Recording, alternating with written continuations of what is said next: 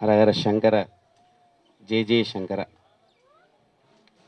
ஆதிசங்கர ஆச்சாரியா பீடத்தின் சார்பாக, காஞ்சி மடத்தின் சார்பாக வணக்கங்களையும் ஆசீர்வாதத்தையும் நல்ல ஒரு பொன்னான உச்சிகால வேளையில் உங்களை சந்திப்பதிலும், உங்களோடு இந்த நல்ல ஒரு திருவாசகத்தினுடைய 6வது மாநில மாநாட்டை சிவசீடராக அவதாரம் செய்த அகத்திய பெருமானுடைய இந்த மண்ணில் யான் உன்னை இன்று உரைக்குமாறு உணர்த்தே என்ற மணிவாசக பெருமானுடைய திருவாய் மலர்ந்தருளிய பொருளுக்கு இறங்கி எங்களையெல்லாம் இந்த ஒரு நல் வழிகாட்டிதன் மூலமாக இந்த இடத்தில் அமர்ந்து இறை புகழை இன்று உச்சரிக்கும் வகையில் வழிகொடுத்த அனைத்து பெரியோர்களுக்கும், அதற்கு மேலாக சுவாமி அம்பாளுக்கும், நால்வர் பெருமகனுக்கும் பொற்பாதங்கள் வணங்கி, ஓம் நமோ வசிஷ்டாய மகாவிரதாய பராசரம் வேதநிதியும் நமோஸ்தே நமோஸ்தனந்தாய மகோரகாய நமோஸ்தே சேவிய காசேவிய நமோஸ்து ரிஷப்ய பரமம் பரோசாம் தேவசி தேவம் வரதம் வரானாம் சகசிரசீர்ஷாய நமக்ஷிவாய சகசிரநாமாய ஜனார்தனய.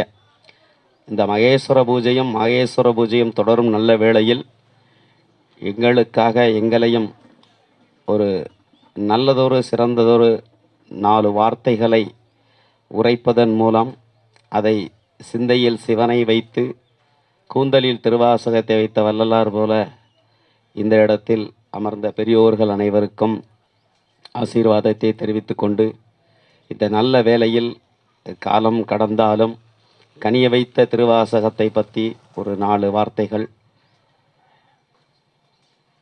திருச்சி தாயும் மாணவர் வேண்டத்தக்கது அறிவோயினி என்று பாடிய நம்முடைய மணிவாசக பெருமானும்,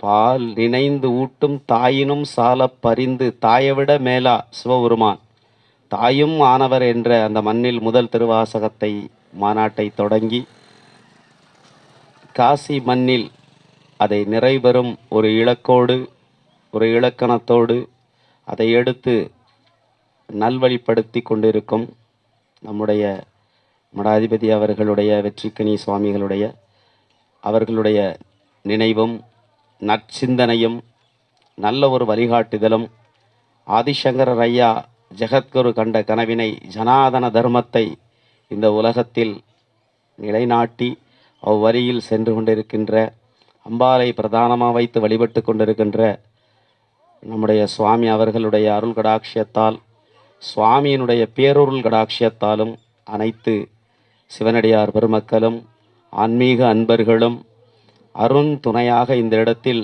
அமர்ந்து இதையெல்லாம் நல்வழிப்படுத்தி கேட்டுக்கொண்டிருக்கின்றோம். இன்று நாம் ஒரு இடத்திலிருந்து ஒரு வினாடிக்கு 60,000 சிந்தனைகள் சொல்பவன் பெரிய அறிஞர் ரூசோ. எண்ணங்களால் பிறப்பதும் எண்ணங்களால் வளர்வதும் அவரவருடைய விடை பயன், அவருடைய பிறப்பினை பொறுத்து, சிந்தனையை பொறுத்து. அதனால் நல்ல சிந்தனைகள் ஒரு இடத்தில் இருந்து 60,000 சிந்தனைகளில் ஒரு சிந்தனை உயிர் பெறுகிறது. விவேகானந்தர் அவர்தான் சொல்லுகிறார், எதை நீ நினைக்கிறாயோ அதுவாகவே மாறிவிடுகிறாய்.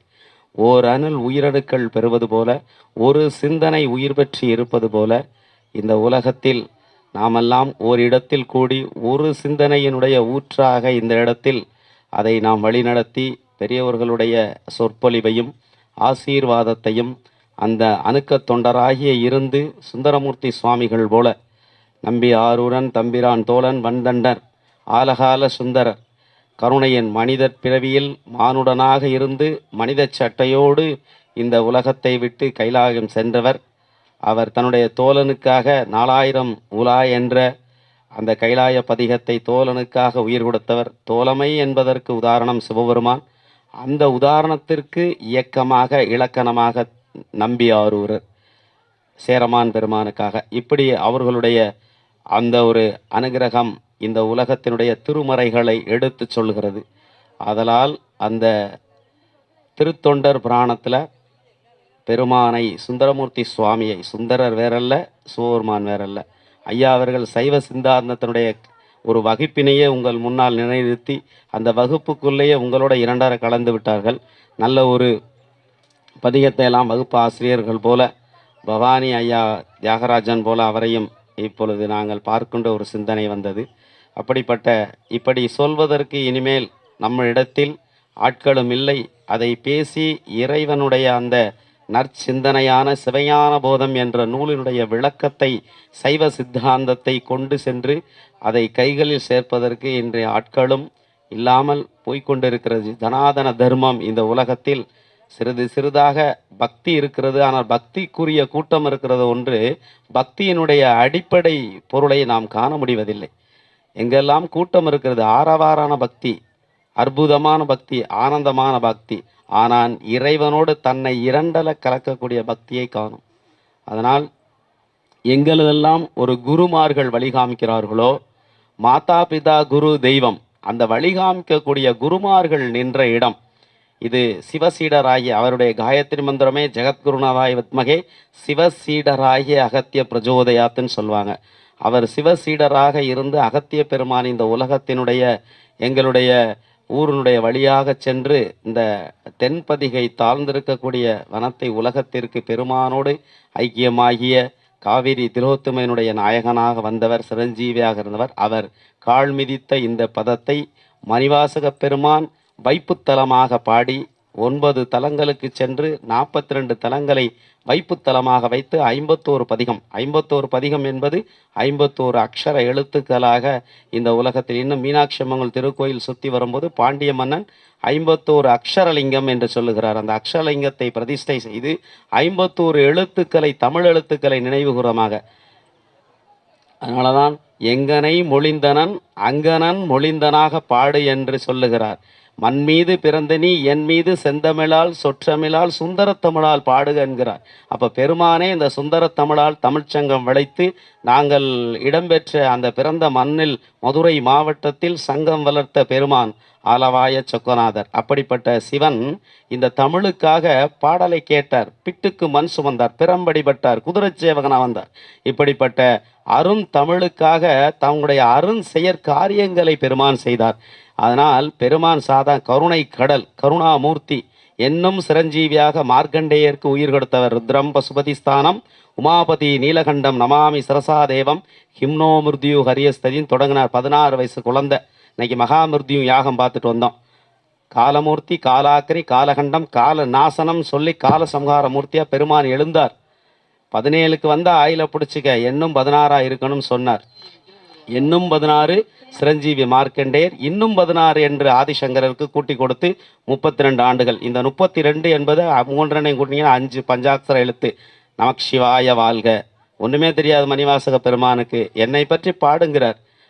இந்த உலகத்தில் நான்முகனுக்கும் மகாவிஷ்ணுக்கும் காண முடியாத அரிய ஒரு காட்சியை நயனி தீட்சை பரிதீட்சை கொண்டு வந்து சேர்த்தார்.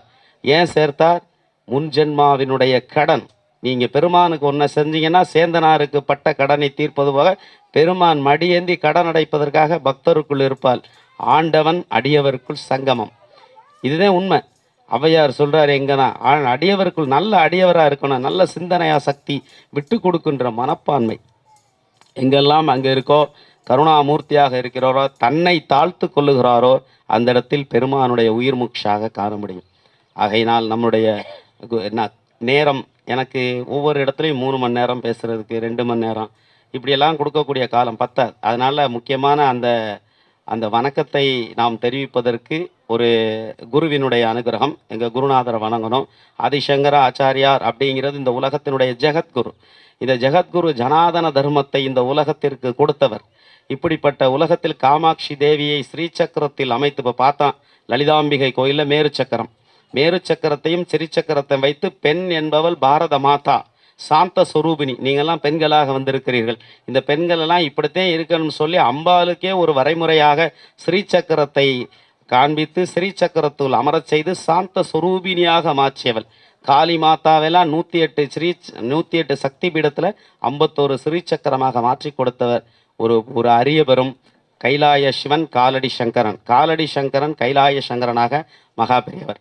இந்த மகா பெரியவர் 51 அந்த தேசத்துக்கெல்லாம் சென்று பாரத தேசம் முழுவதும் 3 முறை வலம் வந்து இருக்கட்டும் சாமி சாமி சாமி சாமி இருக்காரு 3 முறை வலம் வந்து இந்த பாரத தேசத்தினுடைய ஜனாதன தர்மத்தை இந்த உலகத்திற்கு காண்பித்தார். அப்படி இல்லை என்றால் கோவில்களில் குடமுழுக்குகளில்லை, கும்பாபிஷேகம் இல்லை, யாகங்களில்லை, வேதங்கங்களில்லை. ஒரு சனாதன தர்மம்னா என்ன? ஒன்று என்று ஒரு அத்வைதம். துவைதம்னா ஒன்று. துவைதம் என்பது 2 இல்லை, ஆனால் ஒன்று. அத்வைதம் 2 இல்லை, ஒன்று. இறைவனே சிவம், பரம்பொருள். அதை தான் நம்மெல்லாம் சிவ வழிபாடு பண்ணுறோம். இந்த சிவனுக்குள் சக்தி அடக்கம். ஐயா அருமையாக சொன்னாங்க. அதனால தான் சிவன் சிவனேன்னு இருப்பாங்க. அதனால் சிவபூஜை ஆதிசங்கரர் பண்ணார். 16 வருஷம் சிவானந்த லஹரி படித்தார். இந்த சக்தி வேணுமேங்கிறது அம்பாள் வந்து ஒரு சடலத்தை கொடுத்து, உனக்கு திராணி இருந்தால், சக்தி இருந்தால் இதை தூக்கி தள்ளி வச்சுட்டு போன்னு சொல்லி கங்கை கரையில் நடத்திய நாடகத்தின் மூலமாக இன்னும் 16 என்று இன்னொரு 16 ஆண்டை கூட்டி கொடுத்தார்கள் ஆயிலை. இப்படிப்பட்ட மகான்கள் எந்த குரு வேணாலும் இருக்கலாம். மகா பெரியவர் 99 ஆண்டுகள் 8 மாதம் இந்த உலகத்தில் வாழ்ந்து ஜனாதன தர்மத்தை காப்பாற்றி ஆதிசங்கருடைய அருள் கடாட்சியத்தால் பாரம்பரியத்திற்கு ஒரு அப்பளுக்கு இல்லாமல் கடைசி வரையும் சந்நியாச தர்மத்தையும் காசாயத்தையும் கமண்டலத்தையும் கொண்டு வாழ்ந்து 100 ஆண்டுகள் இந்த உலகத்தில் வெற்றி பெற்ற மகா பெரியவர். அவரை பிடிச்சிக்கலாம், யோகிராம் சுரத்குமாரை பிடிச்சிக்கலாம். ரமண மகரிஷி 12 வயசில் அருணாச்சலேஸ்வரரை குருவாக கொண்டு 70 ஆண்டுகளுக்கு மேலே குகையிலிருந்து வந்த ரமண மகரிஷி. அதனால தான் சப்த ரிஷிகளில் ரமணர் என்பவர் மகரிஷி என்று போற்றப்படுகிறோம். குருவை தேடலை. சேஷாத்திரி மகரிஷி திருவண்ணாமலை கோயிலேருந்து வெளியே கும்பிடுவார். இப்படி குருவெல்லாம் பிடித்தவர்கள் குரு மூலமாக நான் வழிபட்டால் குருவை அடையும் போது இறைவனை அவர்கள் காமிப்பார்கள். மாதா பிதா குரு தெய்வம். இந்த உலகத்தில் முதல்ல உலகத்தில் அடையாளம் காமிச்சர் மாதா. எந்த புள்ளி கருவில் தோன்றுகிறதோ அந்த புள்ளியை நாம் மறக்க முடியாது முதலில். ஆகையினால்தான் மாதா தாயை நிந்தித்து நாம் ஒருபொழுதும் 1000 ஆலயங்கள் கட்டியும் அன்னச்சத்திரம் அமைத்தும் ஆலயங்கள் அவிரித்தாலும் அன்னையை போற்றக்கூடியாதவர்களை என்றென்றும் இறைவன் ஏற்றுக்கொள்ள மாட்டார். ஆனால் முந்தி தவங்கிடந்து 300 நாள் இணை சுமந்து அந்தி பகல் பாராமல் அந்த சிவனை ஆராதனை செய்து கண்ணை விளக்காக்கி கையை தொட்டிலாக்கி தன் இரத்தத்தை பாலாக்கி உடலை கூடாரமாக்கி உயிர் தந்து முகவரி தந்து இந்த உலகத்திற்கு என்னை தாரையாக கொடுத்து வளர்த்தவள். யான் இந்த உலகத்திற்கு வருவதற்கு முன்னால் எனக்காக ஒரு பிரார்த்தனை ஒன்றென்றால் அது என்னை அன்னையை பெற்ற தாயை தவிர வேற ஒரு ஜீவன் இந்த உலகத்தில் யார் இருக்க முடியும் என்று சொல்கிறார்கள் மகான்கள்லாம். மாதா வயிறறிய வாலா என்று சொல்லுகிறார் வாரியார் பெருமான். தாய் இல்லையே இந்த உலகத்தில் நான் இல்லை என்று சொல்கிறார். அன்னை ஓர் ஆலயம், தாயின்றி நான் இல்லை. ஒரு தலைமுறை மாற்றத்தை கொடுப்பவன் ஒரு தாயால் மட்டுமே முடியும். எத்தனை 1000 கோயில்கள் கட்டலாம், ஆயில்கள் வீடுகள் கட்டலாம், ஆனால் குடும்பம் என்ற கோயிலை ஒரு பெண்ணால் மட்டுமே கட்ட முடியும் என்று சொல்லுகிறார்கள். அதனால தான் சப்த நதி கங்கா, யமுனா, சரஸ்வதி, கோதாவரி, நர்மதா, சிந்து, காவேரி என சப்த நதி தீர்த்தங்களுக்கும் பெண்களுடைய பெயர்கள். பாரத மாதா என்று சொல்லுகிறார்கள். இப்படி தாய் என்பது தாய்மை அப்படிங்கிறது ஈவு, இரக்கம், கருணை. இந்த கருணையினுடைய அடிப்படையாக தாய்மையின் பால் நினைந்தூட்டும் தாயினும் சால பறிந்து மணிவாசக பெருமான் தாயும் மாணவராக திருச்சியில் அமர்ந்திருக்கிறார். இப்படிப்பட்ட ஒரு புண்ணியனாக இந்த சிவபெருமான் இந்த உலகத்தில் அவதாரம் எடுக்கும்போது ஒரு புள்ளியில் உருவாகிய தாயை நாம் போற்ற வேண்டும். அதுக்காக தாயும் மாணவராக சிவனும் வருகிறார். தாயை விட நீ பெருசுன்னு சொல்லி தாய்க்கு ஈக்குவலாக சிவபெருமானை சொல்லுகிறார். அதனால் கருவில் இருக்கின்ற தாயை நாம் எப்பொழுதும் நிந்திக்காது அவர்கள் வழி சென்று அவர்களை போற்ற வேண்டும். தெய்வம் முன்னாடி வந்து நிற்குமா? யார் இல்லையே இந்த உலகத்தில் பிரவேசிக்க முடியாத, யாரை இழந்தால் திரும்ப பெற முடியாத அவருக்கு பேர் தான் தாய் என்று சொல்லுவார் வீரத்துறவி விவேகானந்தர்.